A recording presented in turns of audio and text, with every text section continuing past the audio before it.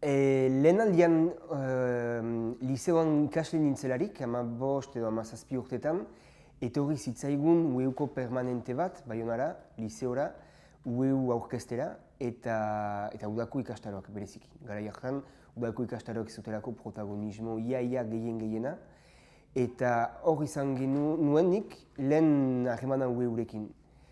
Hau izan zen gehiago publiko gisa, eta gero zenbait urte berantago, 3-4 urte berantago uste dut, permanente berdinak deitu ninduen udako ikastaro hauetan laguntzeko, uste dut prentsa bulegoan edo komunikazio bulegoan, eta hor hasi nintzen uda batez, 2 hastez lanean, haste bat prestaketa lanetan, eta ondoko hastean prentsa bulego hortan lanean, eta pixkanaka horrela ezagutu nuen. Ni beti izan dut formakuntzarako, gogoetarako gusto bat, eta atxemaiten nuen UEUk eskaintzen zuela hori urte osoan zehar kuadro bat, gogoeta sustatzeko, formakuntza, goi mailako irakaskuntza, eta Ipar Euskal Herrian gainera gabezia bati erantzuten zionez, interesgarria atxeman nuen hautagaitza aurkeztea, eta gainera bazen giroaren ere bai. Hau da, goi mailako irakaskuntza lantzen zen, baina bestelako ikuspuntutik bazen bai euskararena, baina bazen ere beste filosofia mota bat interesgarria zena. Ezakit nola aurkeztu hori, baina badu ala ere zerbait. Nire lehen esperientzia profesionala izan zen, epe luzekoa edo lanaldi osokoa, eta oso berazgarria izan zen. Ze alde batetik bazen lantalde haundi baten kide izaiteko aukera eta xantza hori, asko ikasteko, bakotxa berezitua zen bere eremuan, beraz lan giro hori atxemaiten zen, lantaldearena, eta bestalde, Ipar Euskal Herrian langile bakarra izanez, bakartasun horrek ere behartzen zaitu esparru berri asko deskubritzera, elkarte baten funtzionamendua, aurrekontuak, kanpo harremanak, gauza asko egin behar ziren. Beraz, biziki aberasgarria, ze uztartzen zuen bakarladeak inposatzen duen autodisziplina hori eta lantaldeak ekartzen dizkizun ekarpen guzi hauek eta guzia. Zer ikasi den, zer egin den, uste dut UEUk Ipar Euskal Herrian rol bat bete izan zuela hamarkada luze batzuetan, 80. hamarkadan, 80. hamarkadan, baina 21. mendean ez duela atxeman bere tokia. Ez duela atxeman bere tokia eta gaur egun ni konbentzitua naiz UEU desagertu dela 5 urte goizegi. 21. mendea hastapenean 2001, 2006, 2008 bitartean hasi dira egituratzen politika publiko berri batzuk eta 2017 urtean egituratu da lehen aldiz Ipar Euskal Herrian herri elkargo hori. Herri elkargo horrek baditu gaitasun asko, besteak beste hizkuntza politika publikoa eramaiteren gaitasuna, kompetentzia, eta goi mailako ikasketena. Eta hau aintzin etzen existitzen. Eta UEU desagertu, horregatik diot, UEU desagertu edo paisaietik urrundu dela 5 urte goizegi, ze gaur egun sekulako aukerak ikusten dizkiot nik UEU bezalako tresna bati. Gu garaian lan egiten ginituen aukerekin. Saiatzen ginen udako ikastaroetatik aparte, garatzen proposamen batzuk irakaskuntza munduko profesionalentzat. Ze jadanik hasia zen euskarazko irakaskuntza bere garapen fasea handi batean, eta bere zikilan egiten ginen askako irakasleekin edo sare giristinukoekin, eta iniziatiba eta proposamen aski eberrak muntatu ziren.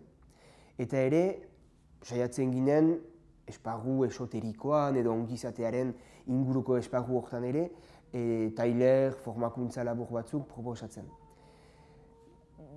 Bi hauek aparte, saiatu ginen ere bai, militantzia munduan, elkarte gintzaren inguruko formakuntza ziklo bat ere muntatu ginen, nahiko muntza ibilizena, barnekaldean errotu baitzen, eta hango Ipar Euskal Herri barnekaldeko egiturekin lan bat egin baikinuen, baina izan ziren biziki iniziatiba politak, baina puntualak eta mugatuak.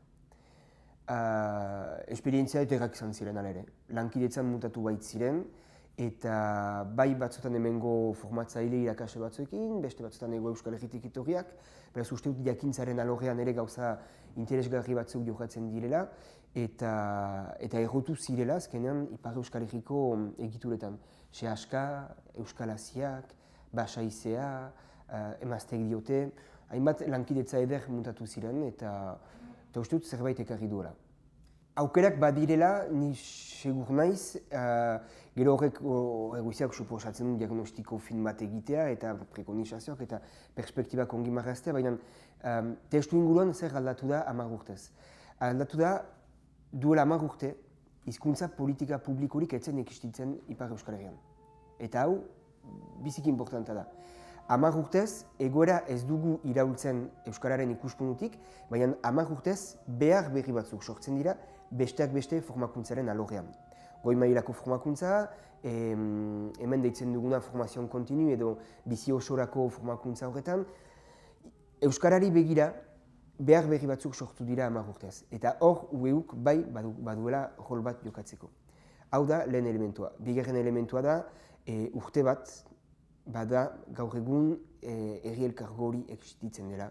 Eta herri elkargo horrek perimetro berri bat marrazteaz gain, goi mailako irakaskuntzan kompetentzia bat baduenez, ere hor UEUk badu zerbait egiteko. Bai hemen den eskaintzaren inguruan, ikusiko baitugu unibertsitatea garatuko dela ondoko urteetan, sail berriak idekiz eta bar, mugaz gaindiko harremanak ere sustatzeko ere bai.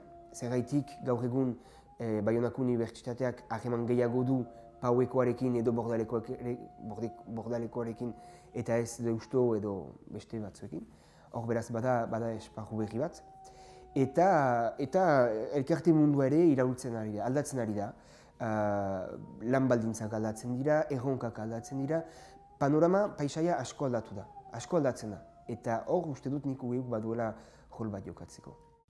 Etxepare aipatzen dugularik, aipatzen dugu bigarren mailako irakaskuntza, ez da goi mailakoa, baina hor ere Etxeparek azken 10-20 urteetako gogoeta baten emaitza gauzatu du, eta irakaskuntza orokorretik, irakaskuntza profesional eta teknikora pasatzeko jauzi historiko hori egin du, herritarren laguntzarekin eta bai moldea bai emaitza zoragarriak dira, eta hor marraztu beharko dira, diseinatu beharko dira harreman mota berriak. Kopuruak nola emendatu diren ez dakit, baina emendatu direla segur da. Segur dena da ere, pixkanaka sartzen ari direla ikasle euskaldun gehiago. Duela 10-20 urte, hiztun kopurua gazte belaunaldietan oso apala zen. Eta hor, azken inkesta soziolinguistikoak erakusten duena da, gazte belaunaldiak direla belaunaldi euskaldunenak, jadanik, eta hau historikoa da, eta beraz unibertsitatera sartuko dira geroz eta euskaldun gehiago. Hau ezin zen imaginatu duela 10-15 urte. Ezin zen pentsatu. Beraz, plantan emaiten alginen formakuntza katalogo eder bat egokia eta baina masa kritikorik etzen. Eta beti izan da ultraminoria konektatu eta aktibo bat ikastaroetan parte hartzeko, baina hori gaur egun zabaltzen ari da. Masa kritiko hori zabaltzen ari da, hau biziki berri hona da hainbat esparrurentzat, euskaldun gerozta gehiago bada gazte belaunaldietan. Baina badira ere behar berri batzuk. Duela 20 urte, Ipar Euskal Herrian, ez zegoen haurtzaindegi bakar bat euskarazko zerbitzu bat proposatzen zuenik. Gaur egun badira 10-naka. Badira 3 lurralde osoan euskara hutsen ari direnak, eta beste 17, 18 edo 20 sistema elebidun batean ari direnak. Egan nahi du, gainera ez da gertatu 20 urtez, 5 urtez gertatu da. 5 urtez, ideki dira 20 haurtzaindegi berri, euskarazko zerbitzu bat proposatzen dutenak. Egan nahi du, langileak formatu direla, langile euskaldunak enplegatu direla, baina langile hauei euskalduna izateaz gain, beste zerbait ekarri behar zaie. Nola egiten dugu, familia baten arrera, haur baten arrera, euskaraz, familiak edo haurrak euskara ez dakielarik. Hau, horrek guztiak suposatzen du, formatu behar direla langile hauek ez euskaran, baizik eta beste gaitasun batzuetan. Psikologia, arrera, komunikazio ez berbala, badira hainbat esparru lantzeko, gaur egun Ipar Euskal Herrian neork ez du egiten. Gaur egun baditugu jendeak profesionalak edo helduak euskalduntzeko tresnak, baina punto final ez dugu beste tresnarik. Garatzen ari da ere, euskarazko aixialderen esparrua. Duela 5 urte arte, 3 egitura genituen, 3 udalekuk kudeatuak, Baiona, Miarritze eta Hendaian. zentro berri bat idekidadiaz ustaritzen, eta beste aixali zentro publiko batzuk, hasten dira euskarazko eskaintza bat garatzen. Beraz, hor berdin, animatzaile euskalunak badituzte, gai dira euskaraz imintzatzeko aurrekin, baina tresnak eskaz dituzte, beraien eguneroko profesionalean, egunerokotasunean, nola egiten dugu aur multze bat frantsesera lerratzen delarik euskarara berriz erakartzeko teknika positiboekin. Hor bada jakintza zerbait egiteko. Nola garatzen ditugu jolas kooperatiboak, hezitzaileak, euskararen ikuspuntutik, Euskal Herriaren ikuspuntutik. Badira gauza asko.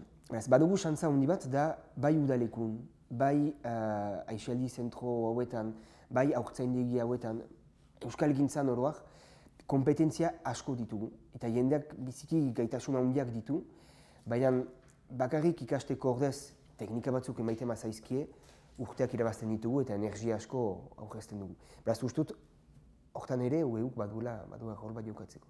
Edo funtzio publikoa, administrazioan berdina, administrazio askok badituzte beharrak, formatzen ditugu langileak, arrelako langileak eta bar, baina gero nola egiten dugu euskara. Ez badira holako jakintza asko garatzeko pentsatzen dut. Eta ez dugu gaur egun hemen egiturarik horri erantzuteko hemengo ikuspundua bermatuz.